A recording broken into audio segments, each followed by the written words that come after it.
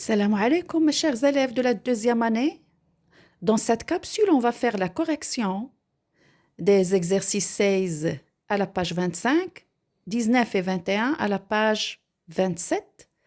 Je travaille avec Étincelle, bien sûr, ancienne édition. Donc, l'exercice 16, il est très, très simple. Puis, on va passer à 19 et 21. Donc, commençons par le 16. Voilà.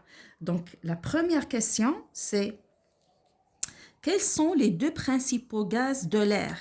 Donc, les deux principaux gaz de l'air sont le diazote et le dioxygène. Ça, c'est déjà vu en classe.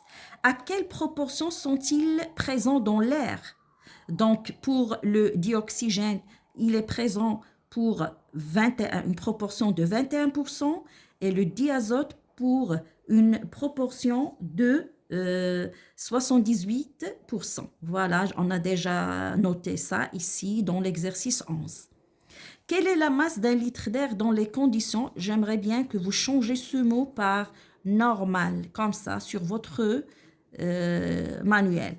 Quelle est la masse d'un litre d'air dans les conditions normales, c'est-à-dire à une température de 0 degré Celsius et une pression de 1013 hectopascales de température et de pression, c'est ça. Donc, quelle est la masse d'un litre d'air? C'est 1,3 g. Donc, 1 litre d'air a pour masse 1,3 g dans les conditions normales. La dernière question, pour passer aux deux exercices suivants, aux deux exercices suivants, à quoi est due la pression atmosphérique? C'est quoi la pression atmosphérique? Donc, c'est la pression exercée par l'air. Donc, c'est l'air atmosphérique. L'air qui est dans l'atmosphère, c'est l'air atmosphérique. Atmosphérique, quoi? Qui entraîne la pression atmosphérique. C'est simple. Donc, je passe à l'exercice 19 maintenant. Donc, 19, pour 19, il est un petit peu compliqué parce qu'il y a ici un graphe qu'on doit exploiter, comme vous voyez. Mais je vais essayer d'expliquer d'une façon très, très explicite et très, très simple. Donc, on a ici un graphe. Donc, ce graphe-là, ici, on a la masse volumique de l'air en grammes par litre. Il y a un 1 qui est caché là. Donc, ici, la masse, c'est en grammes pour 1 litre d'air. Donc, à chaque fois, ici, grammes par litre, je peux mettre le 1 ici. Par exemple, là, j'ai 1,4 grammes dans 1 litre d'air. J'ai 1,3 g dans 1 litre d'air, 1,2 g et ainsi de suite. Donc, c'est comme ça qu'on peut lire ces résultats qui sont ici. Donc, ils sont, si je veux dire, verticalement. Pour les résultats qui sont ici, ou bien les nombres qui sont ici horizontalement, je lis de cette façon. C'est à 0 degré Celsius, à 10 degrés Celsius, à 20 degrés Celsius, et ainsi de suite. Donc ici, c'est la variation de la température horizontalement, et verticalement, on a la variation de la masse volumique, ou bien variation de la masse de 1 litre d'air, c'est la variation de la masse, c'est la même chose. Ou bien on dit c'est la variation de la masse volumique, bien sûr, de l'air, on travaille avec l'air, d'accord? Ou bien on peut dire c'est la variation de la masse de 1 litre d'air. Commençons. Lorsqu'on chauffe l'air contenu dans une montgolfière, elle s'élève. Bien sûr, avant de commencer l'exercice, j'ai posté dans notre groupe Facebook une vidéo qui explique comment le système de fonctionnement de la montgolfière. Donc, c'est très, très intéressant. Il faut voir cette vidéo. Donc, bien sûr, on a vu en classe que quand l'air est chaud, il monte. Il devient moins lourd. Il devient léger, c'est-à-dire il devient léger, donc il monte. Donc, la première question, l'air chaud est-il plus dense ou moins dense que l'air froid? C'est-à-dire, est-ce qu'il est plus lourd ou moins lourd que l'air froid? Puisqu'il monte, il est léger. Donc, on va dire qu'il est moins dense, c'est-à-dire moins lourd que l'air froid. Je continue. Donc, j'essaie de... Voilà. Donc, j'essaie de régler ma caméra ici. Je m'excuse. Voilà.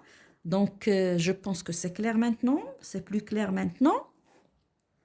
Donc, voilà, c'est moins dense, c'est normal. Voilà, voilà l'information. Lorsqu'on chauffe l'air, c'est-à-dire il devient chaud, contenue dans une montgolfière, elle s'élève. Pourquoi elle s'élève? Parce qu'il devient moins dense, c'est-à-dire moins lourd. Lorsqu'on chauffe une masse d'air, comment varie son volume? Vous allez voir dans la vidéo qu'après le chauffage, l'air va se dilater et le volume occupé par l'air va augmenter. Donc, le volume de l'air occupé par l'air dans la montgolfière va augmenter. Donc, le volume augmente. Quelle est la masse d'un litre d'air à 20 degrés Celsius? Donc, ici, on va exploiter le graphe. D'accord? Donc, on cherche ici le 20 degrés Celsius. Elle est là. Voilà, c'est le 20 degrés Celsius. Et on va chercher, on va essayer de faire un départ de 20 degrés et on va monter ici, comme ça, vers le point qui correspond dans le graphique. Donc, dans le graphique, on cherche le point qui correspond à 20 degrés. En faisant comme ça, donc on monte, si vous voulez dire. J'essaie d'expliquer d'une façon très, très simple. Arrivons ici, je cherche ce point à quelle valeur ou bien à quel chiffre il correspond. Donc, je cherche ici. Qu'est-ce que je vais trouver? 1,2 g. J'ai dit là, c'est 1,2 g. Ici, c'est 1,2 g. Oui, je peux dire 1,2 g. J'ai déjà expliqué. Donc, qu'est-ce que je vais dire là? Qu'est-ce que je vais répondre? À quelle température une masse d'air de 1 g? Non, ici.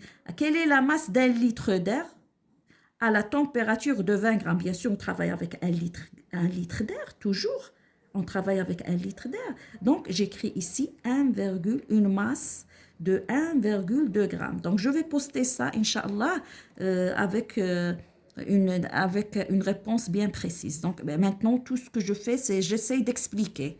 Donc, je passe. À quelle température une masse d'air de 1 g occupe un volume de 1 litre? Maintenant, donc je cherche la température en degrés Celsius. Ici, quelle est la masse? Donc, je cherche une masse, bien sûr, en grammes. Maintenant, je vais chercher la température, bien sûr, en degrés Celsius, mais qui correspond à 1 gramme, à une masse de 1 gramme d'air. Bien sûr, la masse d'un gramme, elle occupe toujours, toutes ces masses occupent 1 litre d'air. C'est intéressant.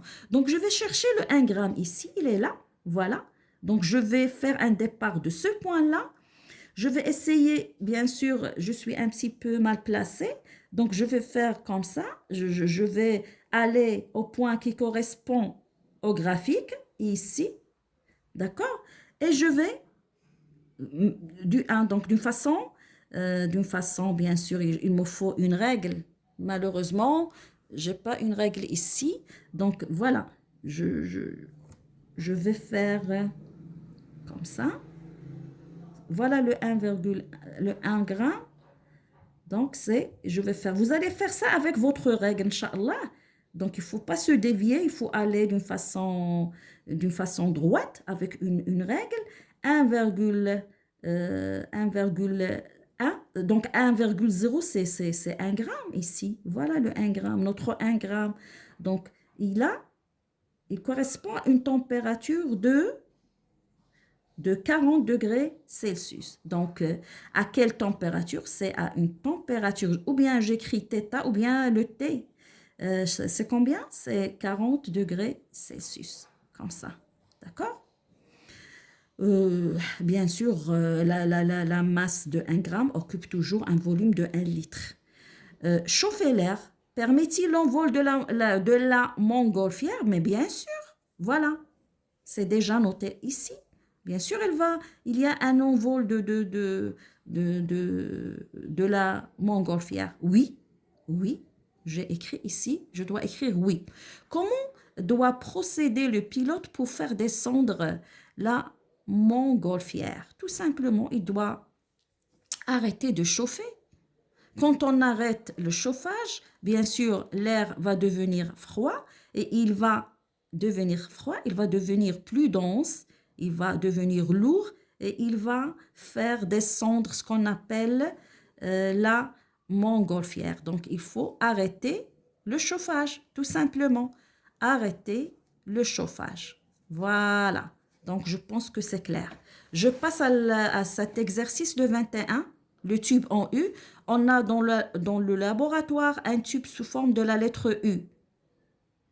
Il y a un tube qui s'appelle le tube en U. Il est sous forme de la lettre U. Vous voyez? Donc, dans une seringue, on enferme une quantité d'air. Voilà. Il y a une quantité d'air. À l'aide d'un tuyau fin, on la relie à l'une des branches d'un tube en U contenant de l'eau. Ici, il y a de l'eau et on a relié ici la seringue avec une des branches de ce tube en U. L'autre branche de tube en U étant en contact avec l'air atmosphérique. Mais bien sûr, qu'est-ce qu'il y a ici? Il y a ce qu'on appelle l'air atmosphérique, c'est-à-dire l'air qui nous entoure. D'accord? Dont la valeur de pression est 1013 hectopascales. On agit sur le piston, c'est-à-dire on va pousser le piston. Voilà. Qu'est-ce qui va se passer? Quand vous voyez là, il y a ici un changement au niveau des niveaux d'eau.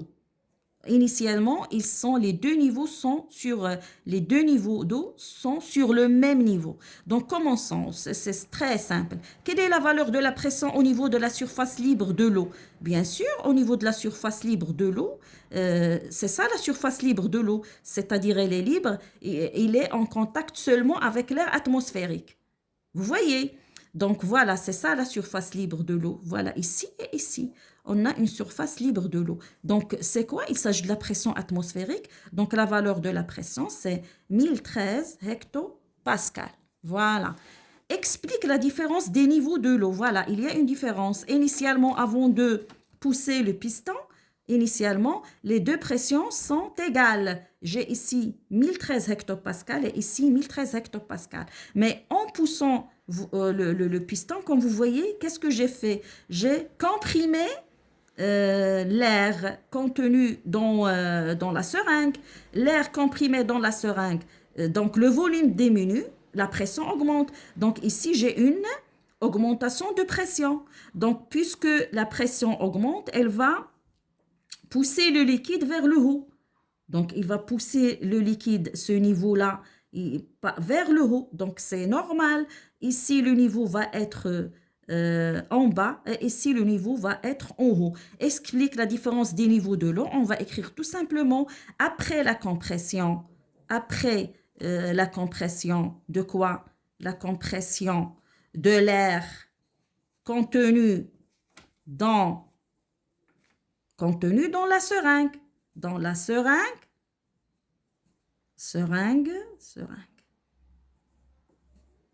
Qu'est-ce qui va se passer? La pression augmente.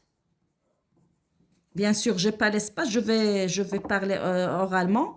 Je vais expliquer oralement. La pression augmente et elle va pousser, c'est une pression, va pousser ce niveau vers le bas et automatiquement, il va monter de l'autre côté. Merci, mes chers élèves, et à la prochaine, Inch'Allah.